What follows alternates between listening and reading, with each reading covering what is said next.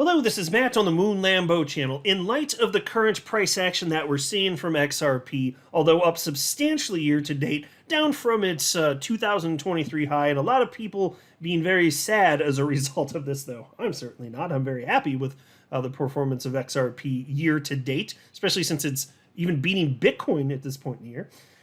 Given that this is the case, I just want to point something out. Because we have the benefit of hindsight, XRP was never going to rocket to a new all-time high after the lawsuit ended with positive regulatory clarity. Can we just accept that reality and also realize that it doesn't matter, and that is not an indicator of whether or not XRP will or will not hit a new all-time high in the future? Can we just recognize that? Because we have the benefit of hindsight now.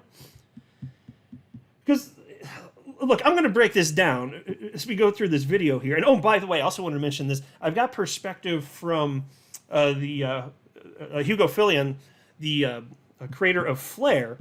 And he said something that upset a lot of XRP holders on X, formerly known as Twitter. And it didn't upset me, but I do respectfully disagree with him. But he has a particular set of ideas as to why XRP is where it is price-wise, and he says that yeah, of course it wasn't. He never believed that it was going to take off after the lawsuit with the SEC and Ripple was over. Plenty of perspective to share, but before going any further, I do want to be clear: I do not have a financial background of any kind. I am not offering financial advice, and you definitely should not buy or sell anything because of anything I say or write. I'm just an enthusiast who enjoys making YouTube videos about crypto-related topics, but just as a hobby and just for fun. So just to kind of set the table here, because I want to make sure everybody's caught up to speed. I know a lot of you are aware of this, so I'll just be real quick about this. But I want to make sure everybody listening to this video understands where I'm coming from on this topic and my perspective, because I said this, everything I'm about to tell you, I shared before the ruling from Judge Torres in the SEC v. Ripple case. I said before that ruling that, you know, for most of the first couple of years that the litigation was ongoing, and I don't make price predictions, but I was just internally thinking, and I wasn't even talking about it for most of the time until, you know, closer to when the whole case was basically over, or at least in terms of Judge Torres coming to a ruling on motions for summary judgment. But I was just kind of internally thinking, I was like, well, I mean, I think XRP, it's pretty obvious, we all agree it's going to run, we just don't know to what degree. It's hard to find somebody who would have thought that XRP wouldn't run to some degree, right? And so I thought, I don't know, maybe it runs to $1 or $2. And I never pretended to know. I even told myself, like, well, I don't know, but that doesn't sound crazy. I said, I'm not so sure that XRP on its own is just going to magically run to an all-time high. And then as we were approaching closer to when we knew that there was going to be a decision ultimately from Judge Torres, for a number of reasons we knew that was coming. And as we were getting closer to the end, I started kind of wondering, I was like, well, given the state of crypto in general, and the gravity of this situation, that XRP is a large cap coin, to be the only large cap coin on the planet that has legal clear in the United States, maybe I'm not thinking big enough. Is that possible? I thought it would only be responsible to think inwardly. It's like, am I not thinking big enough? Because there are all sorts of people that are so confident XRP is going to hit a new all-time high. And I wondered out loud on my channel, like, is there a possibility I'm not thinking big enough? Now, while sharing that thought with you, and not that I was convinced one way or another, you know, I noted accurately that XRP has never hit a new all-time high without Bitcoin running. And I pointed that out. I said, that's the thing that really gives me pause. That's the one thing where I look at that particular metric. It's like, if Bitcoin's not leading the market, how does XRP actually run to a new all-time high? Because that would be the first time in history if it did. It wouldn't be the first time that XRP, if it caused, and it did cause Bitcoin to run a bit. We have seen that a handful of times over the years, not very frequently, but never in terms of shifting for a prolonged period of time, kicking off a bull season. We've never seen anything like that. XRP's never done that. It's always been Bitcoin leading the way. So I was just wondering, because there are analysts that have been speculating that, at some point this year, depending on when the ruling could come down, things could line up, because there are all sorts of analysts speculating that you are going to see a greater move for Bitcoin to the upside. And would that mean, if it's coinciding that XRP, if it gets that ruling while we're finally starting the bull run, that it hits a new all-time high? Well, that's where I was thinking, okay, I don't know if that's going to happen, but that doesn't remotely sound crazy. And so that's where I've been coming from, acknowledging I don't know what's going to happen, but I think it's fun to talk about. So I was basically just thinking out loud. But now we have the benefit of hindsight, and we know that XRP was never going to hit a new all-time high after getting positive legal clarity, as evidenced by the fact that it did not. That's how we know. It's called hindsight, right? But does this mean that there's something horrifically wrong here? I'm just not buying that narrative. I understand why people would have wanted it to go higher, but I just simply don't feel that particular way. Because it's always the speculators out there that determine the price of any asset on a global scale that's traded globally, right? It's just people making emotional buying and selling decisions. That's what a lot of it is anyway. And then there's people like me, and perhaps you're one of these people, who actually did some damn research, and you understand, whoa, XRP's, well, not for set aside the legal clarity we know at this point, it's also actually freaking used. Might that be beneficial in terms of price action in the future? Well, you know where I stand on that. Right? But that's not how most people respond. There's just enough of us that recognize that, which is why it's always been in the top 10. XRP's always been in the top 10 cryptos by market cap for its entire existence. And there's only 3 coins out of over 20,000 coins in existence. There are 3 coins for which that is true. Bitcoin, ETH, and, drum roll please, XRP. That's it. That's pretty damn incredible. That means there are a lot of people out there, despite the emotional ones that will just get in and out of positions, including XRP. There's a lot of us out there like, yeah, but I'm not going to do that. I'm sure as hell not going to do that. And so I wanted to share with you some thoughts here. There was a tweet that I put out, and I don't want to go through literally the whole thread, but a portion of it I do, because it's a point that I brought up, but I think I flesh it out in much greater detail here than I probably have ever before. And it's this idea that it's, you know, when it comes to this legal clarity, the fact that we didn't see XRP hit a new all-time high doesn't mean that it won't happen in the future. And the idea of XRP hitting a new all-time high in the future, if it happens, it will be in large part because there is legal clarity, I personally believe. And I think the reason we didn't see an all-time high in 2021 for XRP is because it did not have legal clarity. So it just doesn't happen instantly. And so I've talked about the Kin token because there are only so many examples we have of stuff like this. The Kin token got legal clarity in 2020, a couple months before the lawsuit with the SEC and Ripple began here. And so I just broke out a chart and shared some thoughts here. And so there was this tweet where I was and I shared in the last video. It's on your screen. I'm not going to read this. I was kind of explaining. I think people might need to chill out because XRP was going down. It got as low as 61 cents by the time I was recording yesterday. And okay. And then somebody named Swiss XRP said, "Nice vid moon on XRP price." So he watched the video I just put out, I presume. And then he was just sharing some thoughts. And I appreciate the back and forth that we had. I do respectfully disagree with him. So this is not some sort of affront against him. In fact, to the contrary, I very much appreciate the back and forth and sharing thoughts on this topic, even though we don't agree on everything. That's okay. And I appreciate the support on the channel. So Swiss XRP, thank you very much if you're watching, even if you're not watching. But he was noting that he's just the price action not sitting so well with him.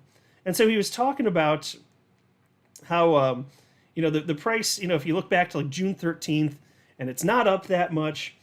And he was talking about, an XRP BTC chart.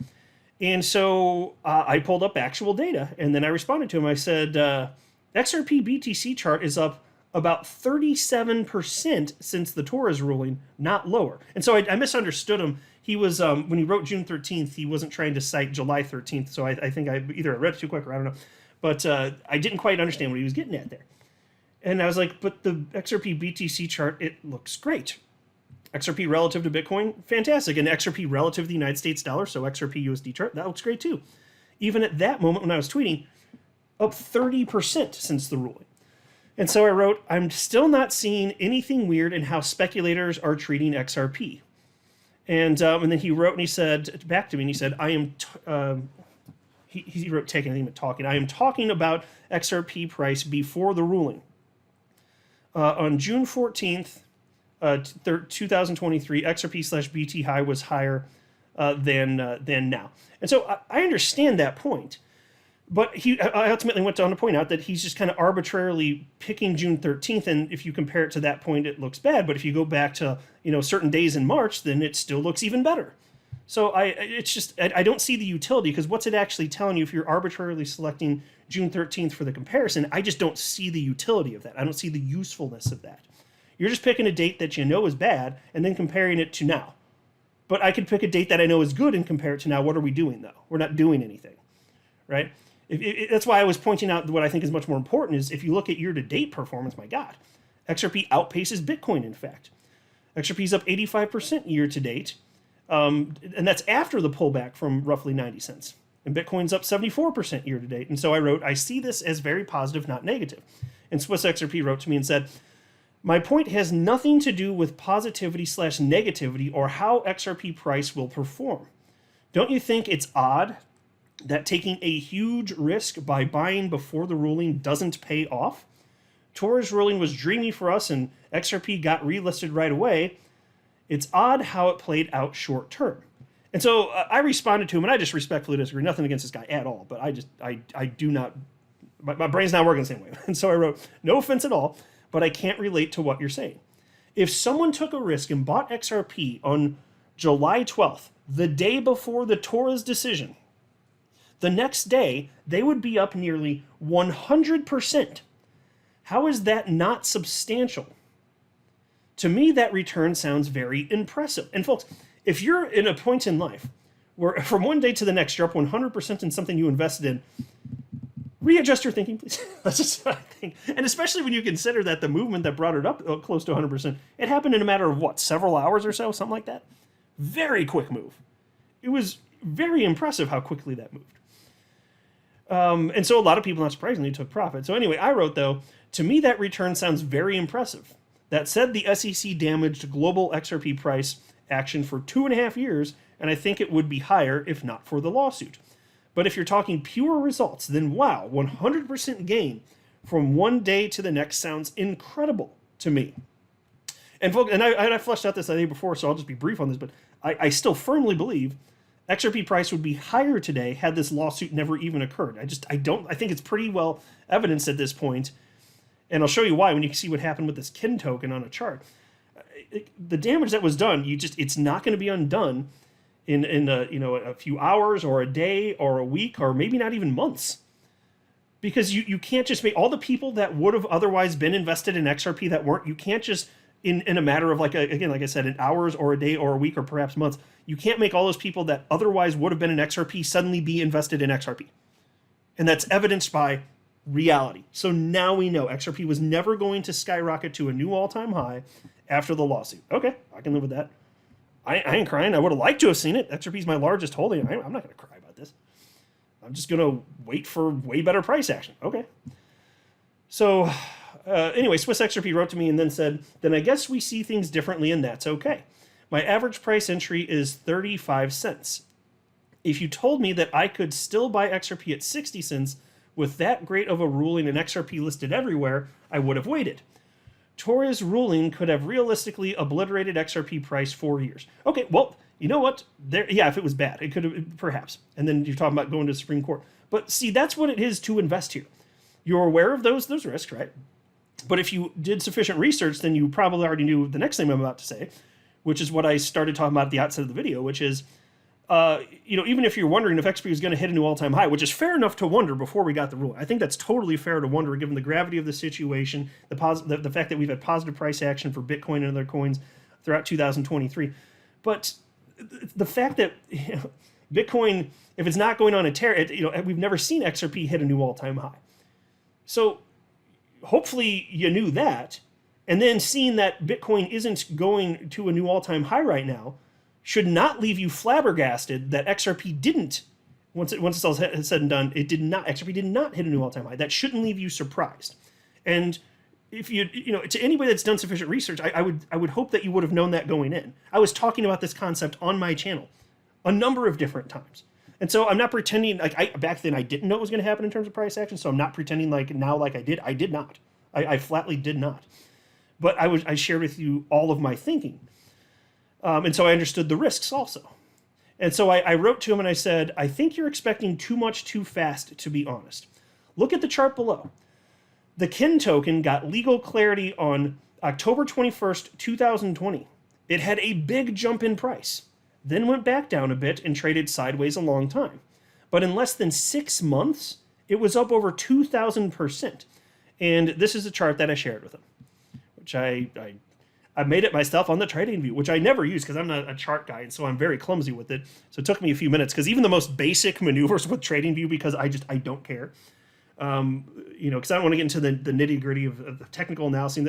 It bores me to pieces. It really does. I'm appreciative that there are people that find it genuinely interesting. I just want to understand. So I appreciate the analysis that people do and hearing what their perspectives are and what might be most probable. But anyway, since I'm not into it, it took me a few minutes to figure out how to put this piece of junk together. But here you can see this is a chart from October 21st, the day we got the rulings. That's all the way to the left where my mouse is circling right here. That's October 21st, 2020. And you can see there was a bit of a bump, and then it went down, and then there was a lot of sideways trading action. A lot. And then it kind of trended up a bit over time, and then just rocketed into 2021. And so you can see by the time April came, look at what it was. That's over a 2,000% gain. Now, I'm telling you this. It was going because Bitcoin led the market. Bitcoin led the market, period. XRP started running, especially in April. XRP hit its 2021 high at some point in April. If memory, I'm almost 100% sure it was April. And it was about $2. So XRP ran too, but it was shackled. It was tethered on down, right? But not the KIN token. The KIN token was unshackled. It had legal clarity. And it ran up like this, and I firmly believe this. If not for the legal clarity that the KIN token ended up receiving, I do not believe you would have seen a 2,000% increase over this time period. But again, my point in bringing this up, and I mentioned this in recent videos, but I wanted to show you visually. It took almost 6 months for this to happen. So no, I don't think it's weird that XRP is behaving the way that it's behaving. And no, I don't think that it's some sort of sign there's something wrong with XRP. And I don't think it means that XRP will never hit a new all-time high. No, I don't believe that. Bitcoin's not running into some sort of euphoric phase of a market cycle. Use your eyeballs. You can see this. And we don't have a ton of these types of examples. So take this one we have right here. Take it. It's very telling. I don't think there's something wrong with XRP. I don't think it's weird. I think that XRP is behaving like it always does. It moves in tandem with Bitcoin. And Bitcoin's not going into euphoria mode. I think XRP is a little bit higher priced than it would otherwise be if we hadn't gotten the legal clarity quite yet. Whether that's 10 cents, 20 cents, 30 cents, whatever. But it is higher than it otherwise would have been to some degree. But that doesn't magically put all the people that would have been invested in XRP magically invested in XRP. It just doesn't work like that. And do you know how many new eyeballs are going to be coming into the space when we hit euphoria again? And now XRP, the word will be going around. It's the only large cap coin with legal clarity. Do you think that's going to matter to people that aren't just us? I'm going to go ahead and guess yes. And then there was this perspective from Hugo Fillion, co-founder of Flare. I'm a fan of Flare. I bought a lot of Flare. But I disagree with Hugo here, but it was interesting seeing the responses from many people in our community, because some people responded to this perspective as negative, therefore Hugo bad. Hugo bad man now. He's a bad man. And I just read it and I thought, oh, okay, well, I just don't have the same perspective as you. I think you're wrong. And now I'm just going to articulate why I think that his perspective is mistaken. That's it. Nothing against him. I like him. I like his project. I like Flare. And I think he's wrong on this. I think that that's the adult approach to stuff when you disagree with them. You be respectful, you articulate your position, and there you go. But there are all sorts of people that just started crapping all over Flare. I'm just sitting there like, well, if you don't like Flare, that's fine. You don't have to like any crypto that I like, just whatever, that's fine. But he's saying something about XRP you don't like, therefore you rip on Flare's price action? Like, what kind of childish logic is that? I don't see it. So anyway, here's what he said, and I do think he's wrong in this, and I'll explain why, but he wrote the following. I have always assumed that XRP would sell off hard after the case ended. This is because the primary, but not only, use case for XRP is, and has always been, cross-border transactions, and the primary force behind developing this market is still Ripple. Okay. Here's the thing. So I can see why that got some people's attention, of course. You can too. I don't need to explain that to you.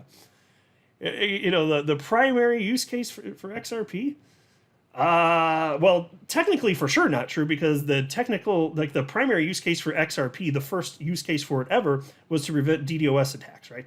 So there's a cost. If you're going to try and bog down the network, good luck, because it's going to cost you XRP, which has an open market price. So good luck on that. So technically it's already not true. That was the first use case ever for it. It is useful. If you're going to build anything else on the network, you're going to, create your own token on the XRP ledger. You need XRP for it. That's the number one use case. That's the first use case ever. It's the most utilized for any reason XRP has ever been. It just is. But if you're talking on top of that, after the XRP ledger was finished in developers, okay, so fair enough to state that what Ripple's doing with XRP, I think that it's the most well-known, most famous. But, if he's saying that the primary reason is because of this particular use case with XRP, I just absolutely, very strongly disagree. I think there's strong evidence that XRP, broadly speaking, has just been following Bitcoin, broader crypto markets. That's what it's been doing. In fact, if you look at the SEC v. Ripple case, they had a specialist that he made this big ass report. He got paid, I think, like whatever it was, $300 or over $600 an hour, whatever the outrageous number was, to put this 100+ page report together. And one of the conclusions that he came to was that if not for Ripple, XRP never would have gone above slightly over 2 cents. That's right. XRP never would have gone in that bull run where it hit almost $4. It would have been 2 cents if not for Ripple, which means it would have been the only cryptocurrency in existence to not run. And that's the argument the guy was making. So if you look at the movements, I just respectfully disagree. It's always been, and for the foreseeable future will be, XRP following Bitcoin. And it continued to follow what was happening with Bitcoin directionally, even during the SEC lawsuit, and it continues to now that XRP's got legal clarity. It's moving in tandem still. It's just at a different place than it otherwise would be, but directionally it's doing the same thing still. It just is. But if you've been in the space for at least as long as me, which would be the end of 2017 for me, then you know that there were some people begrudging the fact that because there were constantly positive headlines from Ripple, and it just wouldn't cause the price of XRP to budge. And this is before the SEC suit, 2017, 2018, all these positive headlines from Ripple wouldn't do a damn thing. And that's because that's not how the market works. So he has a fundamental misunderstanding there, so I just respectfully disagree. I think he's a brilliant guy. I like what he's doing with Flare. I think he's very obviously wrong on this, and I was surprised to read this from him. I really was. And then he wrote, since late 2020, Ripple have been meaningfully prevented in their ability to develop this market due to regulatory uncertainty. Now Ripple have some clarity, but they are 2.5 years delayed in their work. In the meantime, stablecoin providers have presented a viable, if high-friction alternative, and have been fairly successful in building out this market. I suspect Ripple will generate some success going forward in cross-border payments, especially in corridors that are traditionally underserved by traditional finance. Progress is likely to be slow, however, due to the increased suspicion in traditional finance of crypto after Sam Bankman-Fried and all the other nonsense. On the flip side, there are plenty of people working to develop new use cases for XRP and the XRP ledger, but these will take time to bear fruit. So think about this. Bitcoin's use case is what? Store of value? So thing can go up based on store of value. Does XRP have the use case of a store of value? Well, yes, it does. In fact, I remember for fun, I ran a poll. I was just curious. And it was something to the effect of, and this may have been over a year ago at this point, I can't remember, but on Twitter, now known as X, I put out a tweet poll, Twitter poll. It's called a post now, a post poll. I don't know. I don't know what words to use now that it's called X, but I put out a poll in which I was asking, is store of value at least one of the reasons, even if not a primary reason, that you hold XRP? And I can't remember what the number was. I don't know if it was upwards of 70%, but it was a pretty strong majority of most people are like, yeah. So there's that. So my point being, there's all sorts of reasons that people were holding XRP. A lot of it was obviously speculation. That's why it's just moving in tandem with Bitcoin, and the market's immature, so people don't know what the hell is going to be here in a few decades from now. So I think that really accounts, those types of things account for that, the price action of XRP. But what Ripple's doing seems to be, as evidenced by what happens when they announce anything positive, pretty inconsequential. Very inconsequential, in fact. So again, he's entitled to his opinion. Brilliant guy. I just think he's wrong here. And I also just want to say, don't be rude to him. Like, I think he's wrong, but he took a lot of heat. And it's okay to, politely critique anybody if they're putting an idea out there. And you can critique my idea. If you think I'm wrong, you can do that too. I prefer that you do it civilly. Otherwise, I'm just not going to like you and I'm not going to enjoy speaking to you. But just, maybe don't attack Flair irrationally because you feel emotions, because you feel like XRP's attacked. He's just sharing his honest perspective here, and I just think he's wrong. But so what? He's entitled to that. That's why I want to take a few minutes to articulate why I'm wrong, because this is the guy, again, who founded Flair, 72,300 followers. This particular post has seen 155,600 times. So I wanted to make sure I took a moment just to share my perspective, but we're all entitled to our thoughts on this. So I think what I'm saying makes sense. If you guys think I'm wrong, that's fine. You can articulate below. But I feel good about where we are with XRP. I genuinely do. I was here when we were at 10 and 11 cents. And no, I wasn't freaking out over that when that happened.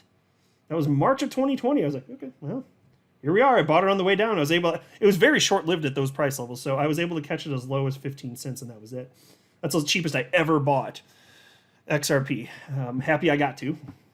But it's been way worse before. And legal clarity. I can't understand the negative outlook in general. And that's why I just wanted to share that, my thoughts on what Hugo said. And then also, in terms of what was happening with the Kin token and how that, how the thoughts here would apply to what's going on with XRP, because I don't think it makes sense to be freaking out about this. I just very genuinely do not. So let me know what you think.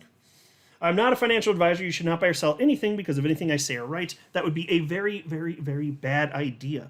Until next time, to the moon, Lambo.